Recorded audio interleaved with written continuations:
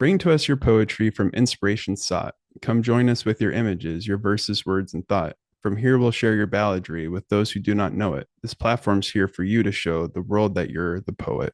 Welcome to episode 27 of You're the Poet, the poetry podcast featuring you. I'm host Matt Burgio, and I'm here with co-host Phil Burgio. Phil, welcome. Thank you. Here at You're the Poet, our purpose is to share our love of poetry with the world and invite you to do the same. I want to start by saying thank you to all of our listeners who have made You're the Poet possible. We hope you enjoy the podcast and the poetry that is shared here. Our featured guest for this episode of You're the Poet is returning guest Mary Coley, who is joining us from Indiana. Mary, welcome. Hi, thank you for having me back. Yeah, we're glad you could join us again, and we look forward to your contribution to the episode. To start things off, I'm going to turn it over to Phil to share a classic poem for the episode. Phil?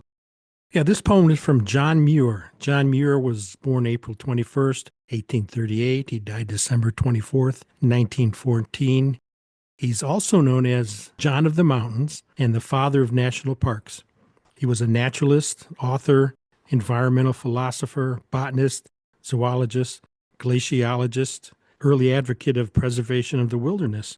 He was born in Scotland in 1849. They immigrated to the United States, and he was instrumental in making Yosemite National Park, plus other parks, and he's co-founded Sierra Club, and I believe Matt's a member of Sierra Club. So here's the poem. It's called The Song of the Forest. The rustling of leaves in the gentle breeze, the chirping of birds amidst the trees, the babbling of brook and the softest hum, all weave together in a forest thrum. The song of the forest is a melody sweet, a symphony of life that can't be beat. It fills our soul with peace and calm, and sings to us a healing balm. So let us take a walk amidst the trees, and listen carefully to the forest pleas, to care for this sacred ancient land, and protect it with a loving hand. John Muir. All right, thank you for sharing. Yeah, I've definitely been a Sierra Club member in the past and a fan of John Muir and reading about him. In fact, I was telling Phil right before we started this episode that I actually looked at this very poem to do as a classic poem some episodes ago, but I wasn't sure what the source was and didn't get around to researching it much. So I did see that he had a lot of short sort of like poems and quips and sort of like thoughts about the wilderness in his writings. And of course, I've always been a lover of the wilderness. I like how he sums up this poem about the forest. He was a remarkable guy. There's a lot more I could have talked about him, but this is a poetry thing and not a biography thing. But if you're interested, go check him out. He's a really fascinating guy. Yeah, I probably will. That was really beautiful. It feels very calm. Yes, and that's what the forest does to people. Calms me. Yeah, for sure. I agree with you on that one. All right, from there, I'm going to share a poem for the episode. When deciding what kind of poem I was going to share for this episode, Phil and I had been looking at stars this week and the constellations and the full moon out there. So I was like, well, maybe I'll do one of my poems about stars. And then later in the week, I challenged him to writing a triolet because we've talked about them on the podcast before. And Phil had been interested in the form, and I had written a couple. Piece of cake. I enjoyed doing it. Yeah, so I sent him the challenge and he wrote a triolet. And so I was like, well, since he wrote a triolet and we're going with that and he's going to share his triolet today, I thought, well, I'll share one of my triolets. And so this one's kind of about stars. It was written for a lady, but it's called When Stars They Whisper in the Night. And just a note about a triolet, that's a fixed form that has 8 lines. Typically the meter is the iambic tetrameter, so 8 syllables per line. But then it has kind of a unique rhyme scheme or pattern where the first, fourth, and seventh lines are the same line, and then the second and eighth line are the same line. And then the other lines rhyme with this A, B, A, B, A, B pattern. So anyway, it's just a take on a triolet, and if you want to look up more about that form and mess around with them, they're kind of a fun little poem to write. Kind of view those, like Phil was saying, like a puzzle. So anyway, here's my triolet, When Stars They Whisper. When stars they whisper in the night, they whisper of the love we share, and even Cupid feels the spite when stars they whisper in the night. For oft they twinkle white and bright, though one might pause and find it rare, when stars they whisper in the night. They whisper of the love we share. Matthew Burgio. There's a lot of good lines in there. Oh, thank you. You wrote that over 10 years ago. I did, yeah. Yeah. Yeah, that was back at a time where I was studying different forms, and I kind of want to get back into that and try my hand at writing poems in different forms. Although lately I've been doing more of sort of the free verse or free form. How long have you guys been writing poetry? How long have I been writing poetry? Both of you. Well, I really got into it, I would say, junior year of high school. So probably like 1996 or somewhere in the 95, 96 school year. Kind of started with a poetry assignment in English class. Obviously through the years, like I got some elementary poems I wrote, and my dad was an early inspirer of my poetry as a kid. But it wasn't until late high school, like I said, junior year, where after an assignment, and I had my own computer in my own bedroom, and I started to just write poetry on my own. I kind of decided, well, I'm going to go with this and actually try my hand at poetry. So basically, through then and some in college, and then just picked it up again after college and just kind of been going with it since then. Yeah, I've been writing for about 60 years. I can remember my first poems back in the early 70s. It's awesome. Well, I'm old. How about you? How long have you been writing poetry? I wrote throughout my childhood. I'd probably say my first poem was probably around 10 years old, but I have no recollection of it at all. It's been like the past 5 years when I have like kept track of my poetry. Okay. Yeah, and I didn't really start doing that, like doing a good job of keeping track of my poetry until I want to say after college, when I was really getting back into it. And I was like, I need to start logging these and keeping track and putting them in one place. But I did have some older poems, and you talk about being 10. I found some poetry from when I was 10 or 11. It's funny, one of them I posted yesterday about Martin Luther King. Yeah. Not a very good poem, but I mean, I was between 11 and 13 when I wrote it. It's more like a story, but not so much very poetic. But yeah, it's been a joy. So from here, we're going to turn it back over to Phil to share his triolet. Phil? Triolet, I'm glad you said that because I keep mispronouncing that word. My triolet. Now, Matt wrote his over 10 years ago. I wrote mine 4 days ago. It's called Snowbound. I'm snowbound, but I don't care. I'm settling with peace of mind. I have solace in my lair. I'm snowbound, but I don't care. I find this peace and quiet rare. The time spent helps me unwind. I'm snowbound, but I don't care. I'm settling with peace of mind. Philip Burgio. All right. I think you did a really good job as far as your first take of the triolet. But I know you like those puzzles. So. Yeah, I do. Was snow the inspiration of that? Definitely being snowbound, yeah. I've been like stuck in the house. But I had like stocked up food and my coffee and my beer, firewood, fuel oil. So I was set. As long as the power didn't go out, I was all right. If the power went out, plan B was winter camping. Yeah, I was thinking about it on the way in here that the snow is still on the ground from a few weeks back when it snowed. And even though it got into the 40s, it didn't all melt. And then we got some more snow on top of it. And it snowed lightly again last night. So there's another thin layer on it. Definitely snowbound kind of fits the theme of the past few weeks here. Very cozy, comforting. Yes, yeah. All right, from here we want to move to our guest section of the episode. Mary, you're the poet. Show us what you've got. I'm going to start with a Facebook prompt I found. The prompt was, I write poetry that, and I liked the concept of that prompt. I did my best to dive into what I mainly have wrote about, but lately I've been trying to recently branch off into a little bit more positivity with poetry. This is what I wrote. I write poetry that punctures the soul, leaving open wounds to freely sting, soaking up all the madness and pain that's written in every breath we take. I speak on unspoken thoughts, ripping away all forms of privacy, giving you a dose of unwanted, raw reality that strangles my corpse. Yearning to be free from the inner depths of hell I call my mind. My voice locks up in my throat, coughing up air bubbles I choke. Meanwhile, my hands write to you, stories and meanings deeper than the forbidden land I call the sea inside of me, forever engraving your soul with my suffocating endeavors. I write poetry that frees the deadly screams inside, those things that saturate my life with bitter memories and fabricated times of boundless lies, haunting truths and late night fights, drunken men and hopeless cries, broken hearts and taunting minds. I write poetry that digs deep inside, in places you haven't felt in a long time, resurfacing memories usually locked away, unleashing you to face the dark truths of life's decay. Mary Coley. All right, thank you for sharing. Yeah, a lot of deep, very poetic thoughts there. I really like that line. Meanwhile, my hands write to you stories and meanings deeper than the forbidden land I call the sea inside of me, forever engraving your soul with my suffocating endeavors. It's really poetic. It really is. Yeah. That's one of my favorite lines in it. Yeah, that was a great line. A lot of good lines in there. And you said you found this prompt on one of the Facebook sites? Yeah, it was a Facebook group called Poetry Prompts. Okay, nice.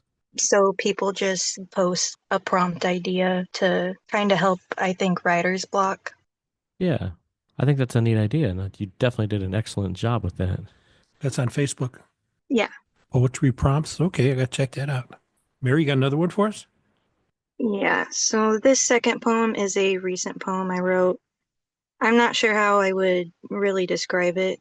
Almost like I felt and pictured something in my mind and wrote it out. It's kind of like talking to the healthy version of myself. This poem is more about self-reflection and self-discovery. It's more about fear and being lost, but also learning to walk away and learning to let go and finding strength and self-worth. This was wrote after I had my life flipped completely upside down and everything changed in my life really fast. And I was just trying to find the positives and not be so hard on myself for how things currently are in my life right now. So this is the poem I came up with from that. Sunshine-eyed child. A new path to walk. I'm soul searching again. As if the self I've shown the world isn't the full version of me. But life teaches its lessons, letting me rest on a bed of nails, bleed onto the sheets of my past. I fall to my bruised knees, kneeling before shame and guilt, learning to swallow hard memories, smooth as silk, sharp as truth. I see my blue eyes, strawberry blonde hair, yet the face in the mirror, a stranger, familiar yet distant. She speaks to me, soft and wise. It's okay. Take my hand. Safety lives within you. Seek the truth, but rest now. You've walked miles. Look where you arrived. This is your stop. Breathe, my dear. Think, see. Release the weight you carry. Take one more step, one more leap into freedom. Solemn child. Lift your chin. Brighten your smile. Ahead lies a future of mysteries, some kind, some unclear. Don't fear. Just go. Run toward the light. Find joy in the smallest things. The birds that sing, the first sip of coffee, the laughter of your babies, the gentle purr of your cat. Embrace the effort, the hard work, the peace waiting within. Run, child, as far as you can. This darkness isn't meant for you. Sunshine-eyed child, let your wings unfold. Your soul shines gold, your spirit free. Don't look back, look beyond. You are a beauty in the waiting, a hum of promise, a soft whisper of love.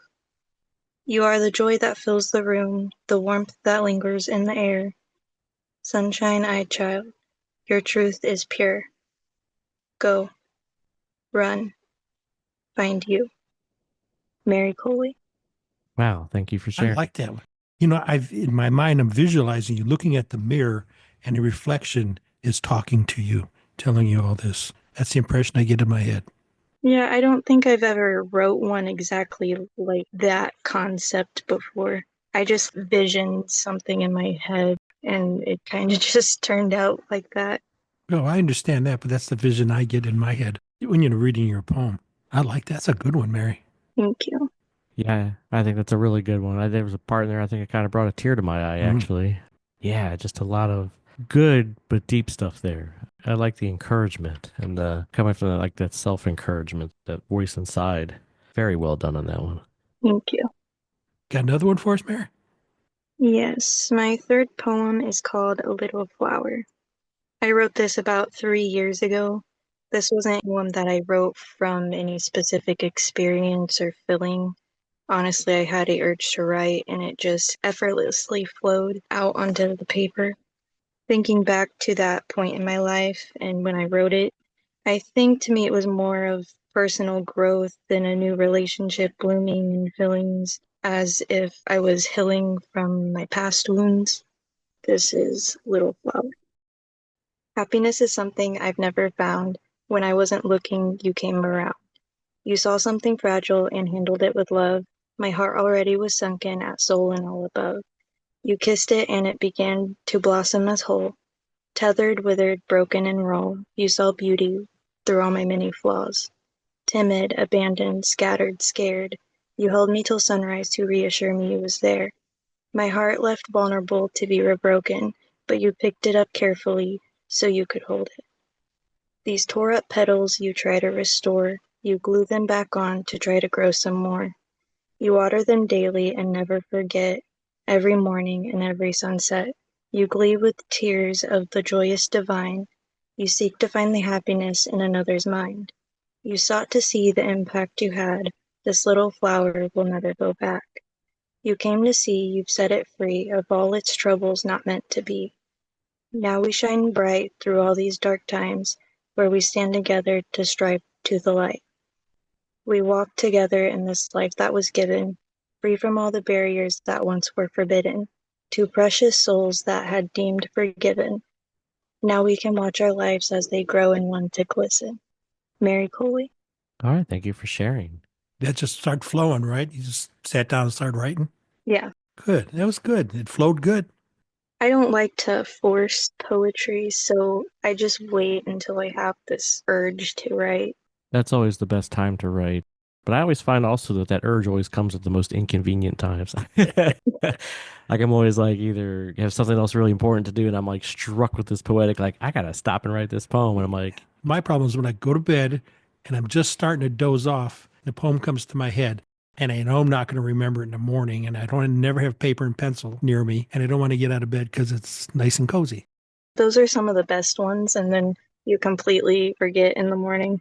A couple of times, though, I've grabbed my phone and wrote myself an email, talked into it and wrote myself an email, and then the next day transcribe it to the rest of my poems.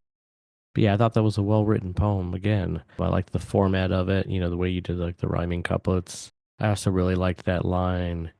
You glee with tears of the joyous divine. You seek to find the happiness in another's mind. That line kind of jumped out at me as one that I liked. But kind of a good sort of story there, kind of all flows and went really well together. Good title, too, Little Flower. Thank you. All right, is there anything else you want to talk about or tell us about? I don't think so right now. I know eventually I'm trying to aim for the end of the year to have a book published. Oh, nice. I decided I wanted to make it a little bit longer. I have a lot of poetry, but some I don't really want to put in the book, and some I do. But I think I want a little bit more in there to add. Yeah, I know what you mean on that. I was doing some research last night actually about book publishing through Amazon, like what all that entails. Yeah, I was curious about that. If you guys ever thought about publishing a book. Think about it all the time. Just haven't acted on it. Yeah, procrastinate. In fact, this episode that's coming out with Jacob Pearcey, we talk about that. You know, he talks about, well, maybe the timing was just never right. That if you're trying to force it, that maybe it's just not the right time. And I was telling him that I kind of agree with that. You know, we've talked about it forever, and Phil's always trying to get me to publish my poetry. And I was reflecting that, well, you know, now with this past year with doing the podcast, we're in a much better place in the poetry world where we're connected to a lot more people. We're members of a lot of these groups on Facebook, and there's a much bigger outlet out there, you know, just to talk about the book, get feedback and things like that, and to get feedback on our poetry versus had I published a book of poetry 10 years ago and just kind of been isolated and on my own. Have you guys thought about like doing one together? We have. Yeah, definitely. Yeah, I think that's probably going to be our plan is Right. that. But yeah, it'll probably be a lot of the poems that have been shared on this podcast throughout the year. And maybe a few others. But it's been something I've been looking at. And like I said, I just dove into a deep dive last night about looking into the details and how that all works. So at least through Amazon, you can set it all up for free and everything. So that's a positive there. You can set up for free on Amazon. Yeah, if you look up Amazon KDP, You can set it all up for free, and it gives you all the resources and all the details to set up your formatting and what you have to do with all that. And then the costs just come with, selling the book, any of the copies that sell and stuff like that. And then, of course, Amazon takes their cut. Is that just audiobook or can you do hard copy? You can do Kindle, you can do softcover, you can do hardcover. You can set it up for all of that.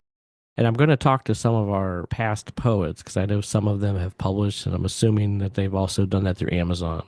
I might pick their brains about how they did it. Let's get it done. So that's also our goal for this year, is by the end of the year to have a poetry book out as well. So good luck with that. When you do get it out, let us know and we'll help you publicize it. You can come back on and promote it and share some more poetry. All right. Good luck to you guys too. Thank you. Thank you, and good luck to you, and stay in touch. All right, well, from here, we're going to move to some feedback for the episode. I've just got one piece of feedback, and this is from Mariah S. on episode 25 with Janet Ty. Janet, I really enjoyed hearing her story. She has so much to give to the world. I agree with her. It was nice to hear her backstory and then her poetry. It all made sense. I hope she finds happiness. Thank you, Mariah. And as we wrap things up, we want to let our listeners know we are grateful that you've taken the time to tune in. We hope you're enjoying the poetry shared here, and if you haven't already, please subscribe to the podcast and share it with others. Now that the You're the Poet community is expanding at a rapid rate, we have set up a patron site for those who would like to show their support for You're the Poet. You can find us on buymeacoffee.com/you'rethepoet. Thank you for your support as we continue to grow. If you've written any poetry and you want to share it here, whether you just have an interest in poetry, consider yourself an amateur poet, or are a professional poet with published works, contact us to be a guest on a future episode. Please check out the website at www.yourethepoet.com. There's a section there that answers questions about being a guest. Follow us on Facebook for updates and info, and send us an email to host@yourethepoet.com for feedback or questions about the podcast and how to be our next guest. Also, we've been working to put our podcast episodes up on YouTube. They're still just audio, but you can find them on there under You're the Poet Podcast. And also, we're trying to get going on Instagram as well. And I believe you can find us under You're the Poet Podcast on Instagram as well. So please check us out and subscribe and follow us. Until next time, Phil, thanks for joining us. Thanks for having me. Mary, thanks for coming back and being our guest again. Thank you guys for having me back. It was our pleasure. Thank you, guys. Goodbye.